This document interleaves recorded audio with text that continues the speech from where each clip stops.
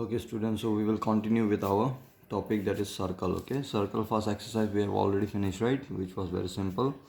Now for second exercise, you can see there are two theorems we need to know. Very simple theorem. So see here, I will explain you the proof also, but the proof you don't need for your exam. Okay, so see here, theorem 1, what it says: equal chords of a circle subtend equal angle at the center. What does this mean? Equal chord of a circle subtend equal angle at the center means what? It says that, the statement says that if you have equal chords means a line which join 2 points of a circle, right?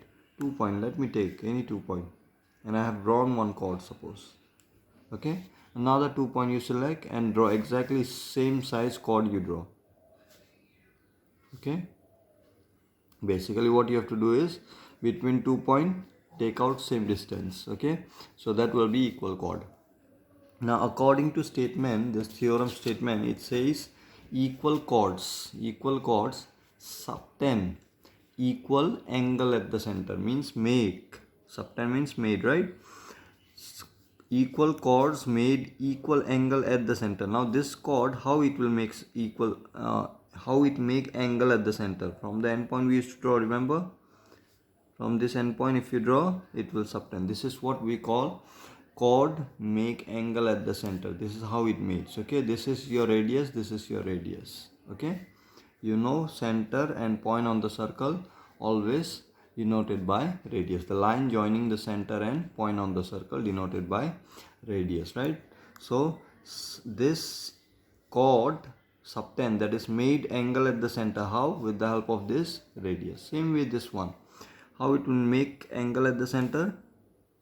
Like this. Okay, so this we call this angle, and this angle we say that this chord made angle at the center, this chord made angle at the center. And according to the statement, if these two chords are equal, then this angle also will be equal. That's what the statement says. Okay, now how we will prove this? Now the proof is very simple. I told you, right, properties of triangle will help you solving quadrilateral as well as circle also, most of the question. So you can see in this case, if I can show this two triangle congruent, then easily I can say this angle and this angle corresponding angle, so this will be equal. Okay, so the only thing I have to show is congruent triangle. Now how I knew I will show congruent? Very simple. I said that this is radius, this and this radius, so radius always will be same, right? So this length and this length will be same, this length and this length obviously will be same because all are radius. So you can see this side, this in this two triangle, this side is equal to this side, this side. So by side congruency, I can say these two triangle are congruent, therefore these angles are equal. Why? CP CT, corresponding part of congruent triangle. So the proof was very easy here. Same way you have to solve question also. Okay, now to solve question, again I repeat, theorem you try to understand carefully what it says. In here theorem says if you have two equal chords, then whatever angle it will make at the center, this chord also will make exactly same angle at the center.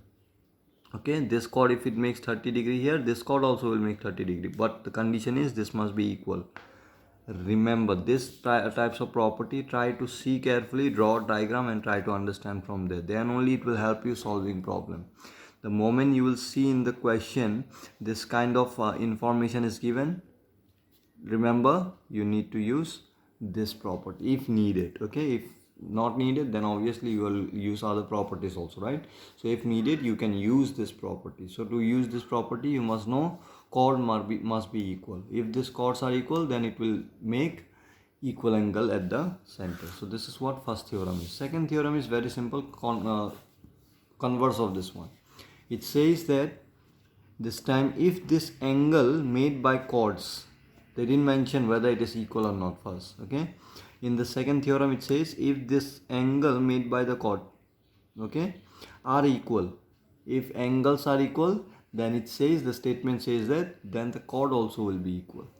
That is converse. In first theorem what we have learned, if chords are equal, then angle will be equal. This time we have learned if angles are equal, then chord also you can say it is equal. And this proof how you will do? Side angle, side angle, side. Because this side and this side will be same. This side, this angle given, right? Equal. You have to show this and this equal. How you will show? Very simple. Side angle, side angle, side. Congruency.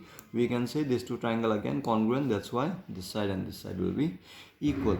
So corresponding part of congruent triangle. So this we can easily prove. So that's why I said the proof was very easy here. But you don't need proof for your exam anyway. Always knowing is better, so try to understand and try to know the proof also. Why I always used to show proof is in question also, when you solve problems, there also you need to solve the problem using proof only. If you know the proof of theorem, maximum question you can easily solve it. Now in this case what it says, if angle equal, then side also equal, chord also equal. Okay, this is what the theorem is all about. Now let's move to exercise 10.2. Exercise 10.2 is very simple exercise. If you have understood this, very easily you can solve the problems. Okay, so question number 1, what it says, recall that two circles are congruent if they have same radius. Congruent means what? Congruent means, I told you last time, in triangle, right? Not in triangle only, I have shown you in quadrilateral also. What does congruent means? If I take two shape, any shape it is, not only circle or triangle, any shape if I take it, when this two shape will be called as congruent? If I take this two and superimpose each other, means put one over another. And if I show you from front side like this, you must not be able to see the back paper, whatever back shape, whatever it is. Okay, and if I turn it, you must not be able to see the back portion, whatever is there at the back portion. Now when this is possible? Obviously if their shape as well as size are same. If one is having bigger size and I'm trying to superimpose, what will happen? Obviously the back portion you will be able to see some part, right? Now if one is bigger, obviously the smaller one, if I superimpose like this and bigger one I put over like this, then obviously the back portion you might not be able to see. But when you turn it, obviously there will be some portion which you will be able to see from the big portion, right? Now congruent means you must not be able to see any part of the shape. Okay, so if you turn it also you won't be able to see, and if you turn this side also you won't be able to see. That means what?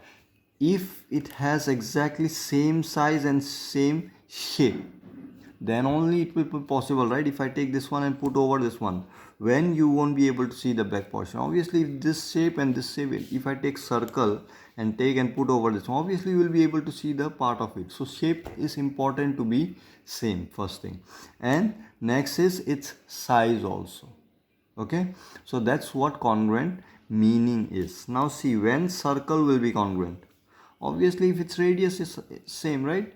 If this is 2 centimeter radius and I draw a circle 2 radius radius, if I take, and another also 2 radius, I will take 2 centimeter radius, then obviously this circle and this circle will have exactly same size. But if I take 3 centimeter, then obviously this will be bigger.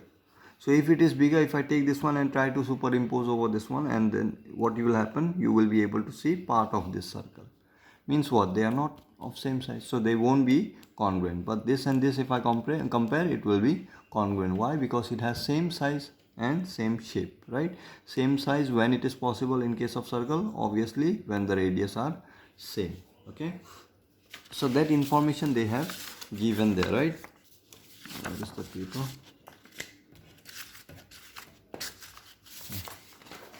Okay, recall that the circles are congruent if they have the same radius. This is just an information given to you which you already know, right? Now from here the question will start. Prove that chords of congruent circle. Chords of congruent circle. So we have congruent circle here. Congruent circle means radius same. So how much I will take radius? Let's take r. So if this have radius r, this also will have radius r, smaller only. Okay, same I will take. Okay, prove that chord of congruent circle subtend equal angles at their center. Prove that chords of congruent circle subtend equal angle at their center. Okay, prove that this should be equal. Okay, equal chords I have not written, I guess. Let me check once. Okay, yes, this is equal chords. Without equal chords, how you will show, right? It's like proof only. So they have said if you take a congruent circle, means radius same. Congruent circle, the moment they have said, I have understood that the both circle will have same radius. Now they have asked you to prove that equal chords of congruent circle. So if I take equal chords, suppose from here I will take, okay, let me take in another page. Okay, here I will take two congruent circle. Try to understand carefully. Okay, these two circles are of same size, suppose. Okay, ignore my diagram, this looks little bigger here. Okay, anyway, so they have asked you prove that equal chords of congruent circles subtend equal angle at the center. So they have asked you to prove that equal chords, if I take equal chords, means this size and this size is same. Equal chords subtend equal angle at the center, you have to prove. Means I have to show this angle and this angle same. Now in your proof, when I did theorem, I take chord in the same circle, remember, and this chord when it's same, angle will be same. I have proved. How I have proved? These two triangle I have shown congruent. Now this time they have given different circles, and they have said these two circles are congruent. Okay, congruent they have said means same size, same shape. And they have said that the chords, if you take same, then prove that it subtend equal angle, means I have to show these two angles are same. So how you will prove this? Very same similar concept we will use here, right? Radius, are they same or not?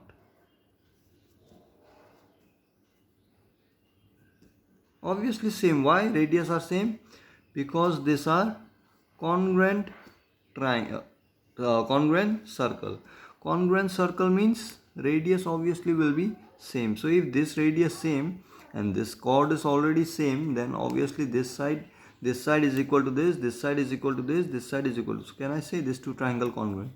If these two triangle congruent, you can see this angle is between these two radius, this angle is between these two radius. So can I say these two angles are same? So can you see we are using triangle congruence property again and again. So how important these properties are. So we have used that property. We will use the property only here to solve this problem also. Okay. So how we will write this? So very simple way. Now whatever you have, I have been explaining this again and again, that whatever you have understood from the figure, always geometry try to solve from the figure. Don't see whatever theory I'm going to write, don't look from there and try to understand. Always try to understand from the figure. Whatever I've explained here, try to understand from there. That will help you to develop your ideas, okay, concept. So how we will do this? How we will write down? So same thing, see here, given the two circles are congruent. So if two circles are congruent, means there is, I will let R be the radius. R be the radius or radii of two circles. Why I have taken R as radii of two circles? Since in congruence circle radii are equal. Radii means plural form, okay. In congruent circle means what? Radius must be same. So that's why I have taken only R as radius of this circle also, radius of this circle also. Okay, so I have mentioned that. Next, given chords of two circle equal. Let it be, let me name it A, B, O here, A, B, C, D, P here. Okay, just naming. Let it be AB equal CD from figure. Okay, you draw this figure, so the examiner will understand that you are mentioning these two chords. AB equal CD. It's given, right? Now to prove, what do you have to prove? These two angles same, right? Means angle AOB is equal to angle CPD. This is not only way to write down the statement. Whatever you have understood from here, that you have to write down. So I am writing this way. Doesn't mean that you also have to write exactly same way. Okay, you just try to concentrate on these two chords, and this two angle you have to show equal. So how you will show, I have already explained you here, right? So those things you try to mention in sequence. Okay, so what I will do in triangle, I will consider this two triangle, right? And then we will prove that these two triangle are congruent. From there I will say these two angles are same. In triangle AOB and triangle CPD, what I will do, OA is equal to CP. Why? Radius. Equal radii you can write. Equal radii. Or you can write given also, because it's given, right? Next, OB is equal to PD. Why? Again, equal radii. Next, AB is equal to CD. This is given. So you can see side I have shown it is equal. Therefore, what I can say, triangle AOB is congruent to, now this angle will be correspond to this one, so CPD. This will be correspond to this, right? And this will be correspond to this. This will be correspond to this. This will be correspond to this. This will be correspond to this. Okay. So naming you have to give carefully. CPD. Okay. So from here I can write down, therefore angle AOB is equal to angle CPD. And this one, what is the reason? Side congruency. Because of that I have said this two triangle congruent, right? This triangle, okay, not angle, sorry. And here what is the reason I have written this triangle equal CPCT, corresponding part of congruent triangle. So proved. Okay, so here I have not done anything new. Whatever you have understood in your theorem, those only I have explained. Okay, so theorems are very important. Try to understand. In your midterm exam also, some student are making that mistake. You are not looking at theorem properly and then try to practice exercise, which will not help you. See the theorem statement well and try to understand that one with the help of figure, the way I have explained. Okay, so that will help you a lot. Try out once and then practice exercise. Practice you will need. Even if you know, or even if you have concept, you won't be able to finish the problems in exam. The reason is because of practice, because you have to maintain time also in exam. For that you need to write down the answer very fast. You cannot keep on thinking in exam and then solve all the problem like this, because it will consume time. So for that reason only we need practice. So once your concept is clear, practice again and again. Okay.